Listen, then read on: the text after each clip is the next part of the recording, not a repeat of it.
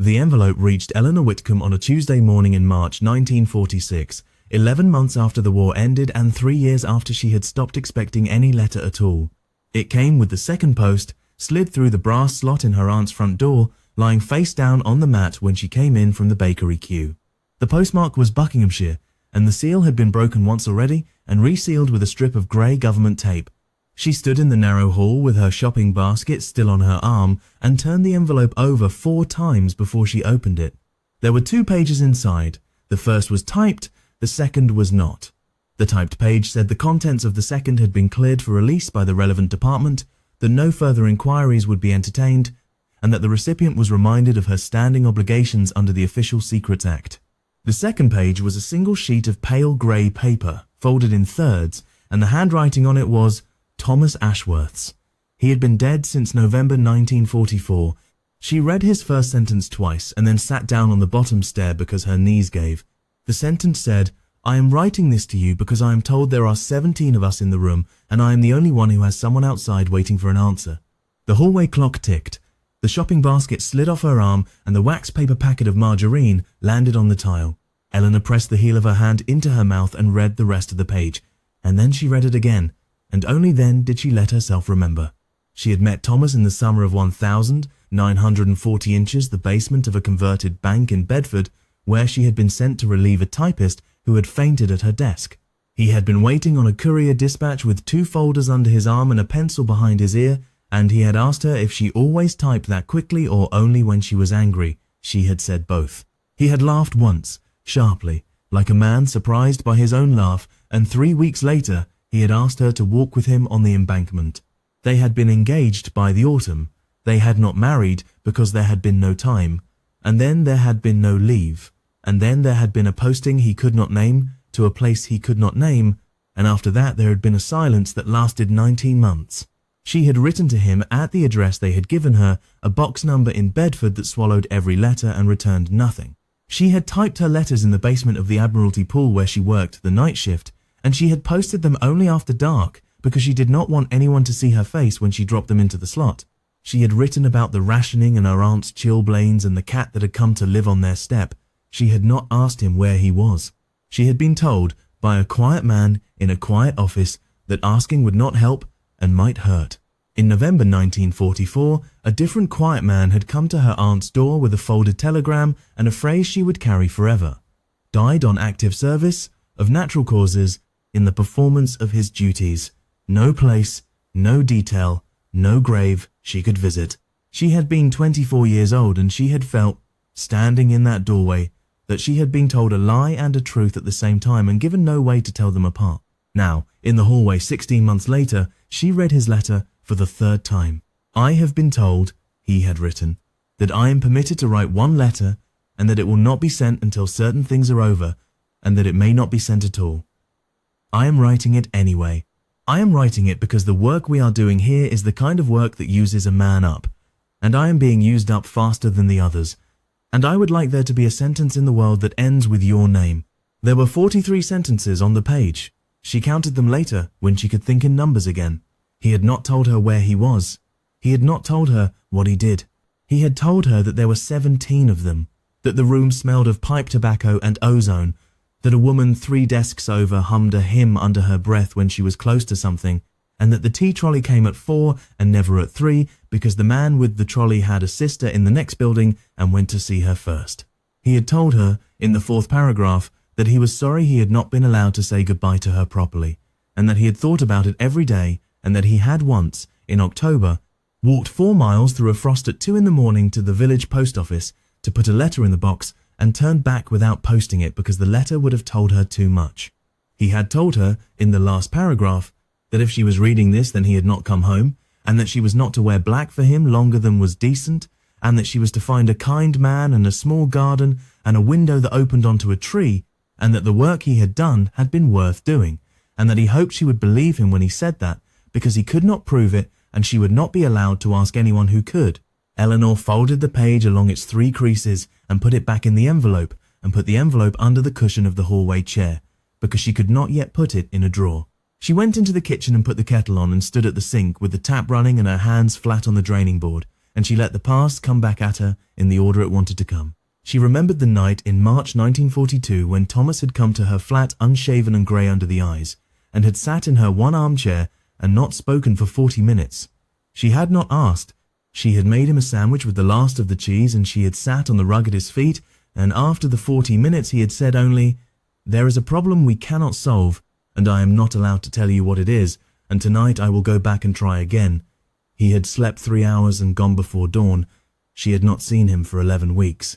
She remembered the evening in September 1942 when he had come to her on a 48-hour pass and had walked her to the river and had said, without any preamble, that he wanted her to know there was a chance, not a large one, he said carefully, but a chance that the work he was doing would shorten the war by a year.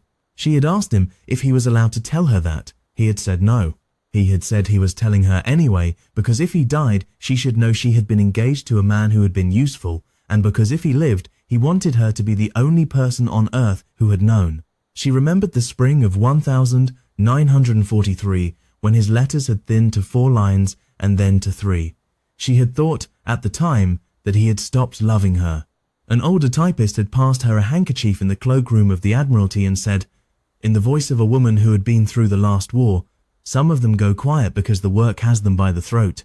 Don't decide what it means until they come back." She remembered the visit, in June 1944, from a man with a clipped accent and a leather portfolio who had asked her, with terrible politeness, whether Thomas had ever mentioned his work. She had said no, twice. He had marked something on his page and had left, and she had stood in the hall afterwards and shaken so hard she had to sit on the floor. She remembered, most of all, August 1944, walking back from the canteen and overhearing a junior officer say to another, "Ashworth's gone 2 days without sleep again. They'll burn him out by Christmas at this rate," and her heart stopping and starting and walking on because if she turned around, they would have known she had heard. She had written that night to the Bedford box. She had written, "I do not need to know what you are doing. I only need you to sleep. Please sleep. Please come back." She remembered, too, the morning in October 1944 when she had almost broken every rule. A supervisor had passed her a docket carrying a phrase that meant nothing to anyone in the room except her, because Thomas had once let it slip in his sleep on a 48-hour pass. She had stared at it for a full minute, certain he was perhaps 2 miles away, certain that if she walked out the door she could be on his street in an hour and could stand in his window and wave. She had typed the docket. She had passed it back. She had gone to the cloakroom afterwards and stood with her forehead against the cold tile and had not gone because she had promised, and because going would have made his work harder, and because love sometimes looked like staying behind a door. The older typist had found her there. The older typist, who had buried a husband at Ypres in 1917 and a son at Tobruk in 1942, had not asked. She had only stood beside Eleanor and said, after a long while, "The hardest thing they ask of us is to be useful by being absent." She had pressed Eleanor's hand once and gone back to her desk. She remembered, too, the night 3 weeks after that, when the lights had gone out across the river during a raid and the basement pool had worked on by the blue glow of 2 shielded lamps.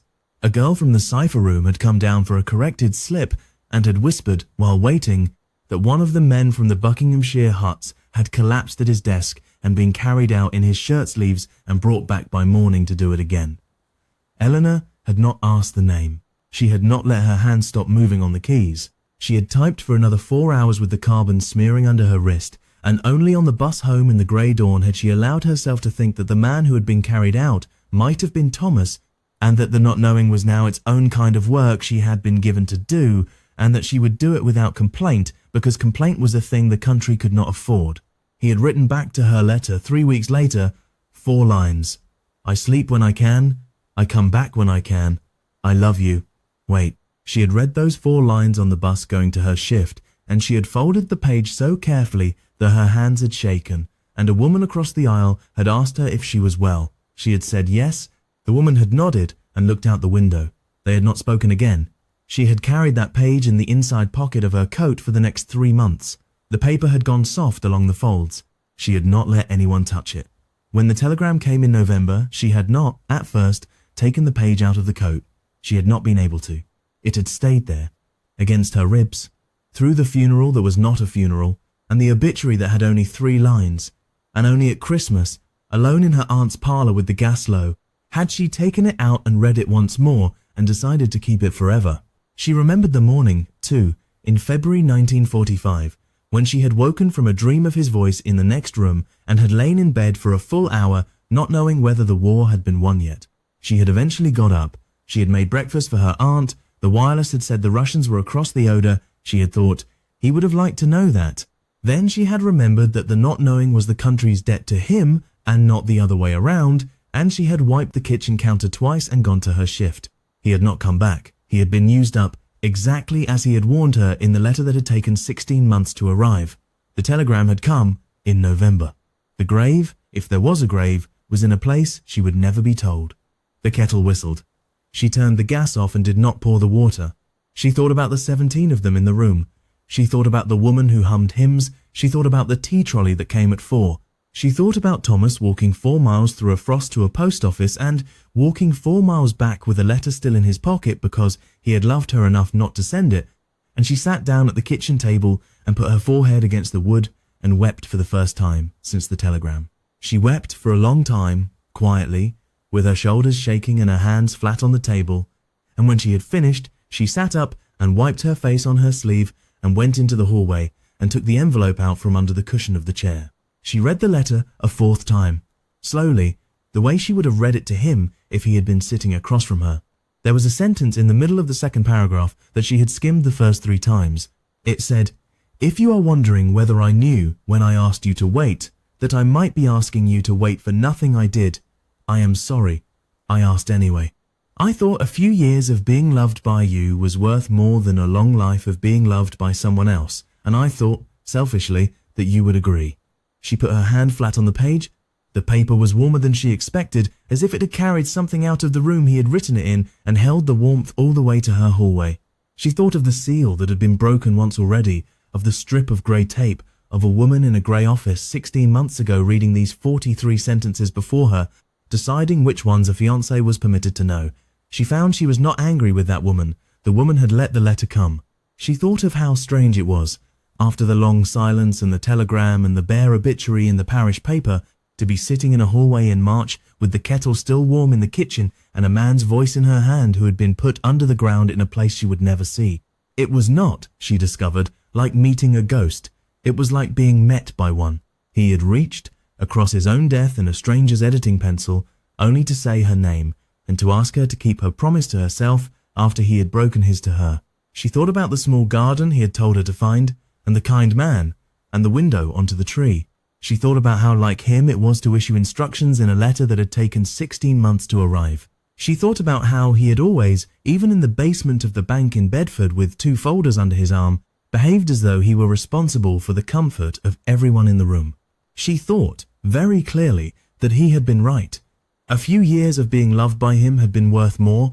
She did not know, then, that within the year she would be told, by a woman in a London office authorized to tell her only the shape of it, that the work Thomas had done had been part of an effort that had altered the course of certain campaigns by months, possibly by years, that the woman would not say which campaigns, or what work, or what had used him up faster than the others. She did not know she would have to believe the rest, and that she would believe it because she had already believed him.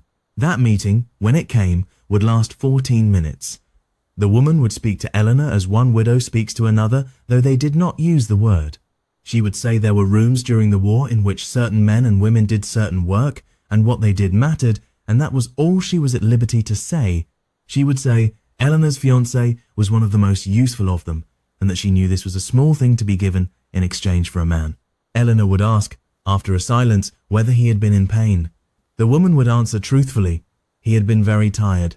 He had gone to sleep at his desk one afternoon and had not woken. He had not suffered. Eleanor would nod and walk out into the London street and stand on the pavement looking up at a sky that had been clear of bombers for over a year, and she would think only, he went to sleep. He had told her, in the kitchen on a Sunday in 1943, that the thing he missed most was sleeping in a bed beside her. He had got, in the end, the next nearest thing, and it had been enough to kill him. She put the letter back in the envelope and the envelope in the drawer of the hallway table where she kept the ration book and the postcards and the lock of her mother's hair, and she went back into the kitchen and lit the gas again and made the tea. She drank it standing at the window. The cat that had come to live on the step in 1942 was on the sill, older now, half blind in one eye, and she stroked the place between its ears the way she always had. She thought about the 17 of them. She thought about how Thomas had written a letter to her instead of writing to his mother, who was alive, or his brother, who had survived North Africa. She thought about being the sentence in the world that ended with her name. She did not, in the months that followed, find a kind man or a garden or a window onto a tree. She found, instead, a position as a translator in a department that did not advertise its work, and a flat of her own in a quiet square, and a habit of walking by the river at dusk. She wore black for 6 months, and then she wore grey, and after a year she wore colour again, and she carried the letter folded in her wallet for the rest of her life. 2 men, in the decades after the war, asked her to marry them. She said no kindly to both. A third, met on a train to Edinburgh in 1958, came closer. She sat one Sunday in his small kitchen in Morningside and turned the ring he had offered her round between her thumb and forefinger and looked up and said she was very sorry, but there was a sentence she belonged inside. He understood, because he had buried a wife in 1944 and had not stopped belonging inside her either. They wrote to each other every Christmas until he died in 1979. She did not think of herself as a widow. She had never been a wife. She thought of herself as the answer to a question Thomas had asked in a room with 17 people in it on a night she would never be allowed to know the date of, and she thought the answer was still yes. She never told anyone what was in the letter. She had been reminded of her obligations. But on the anniversary of the day the envelope had arrived, every March for 43 years, she would take it out and lay it on the table and read the 43 sentences slowly, and she would sit with a woman who had hummed hymns and the man with the tea trolley and the 17 in their room, and she would say, quietly, to no one and to him, I waited. I am still waiting. I will always have waited. And it was worth it, and so were you. She lived to be 89.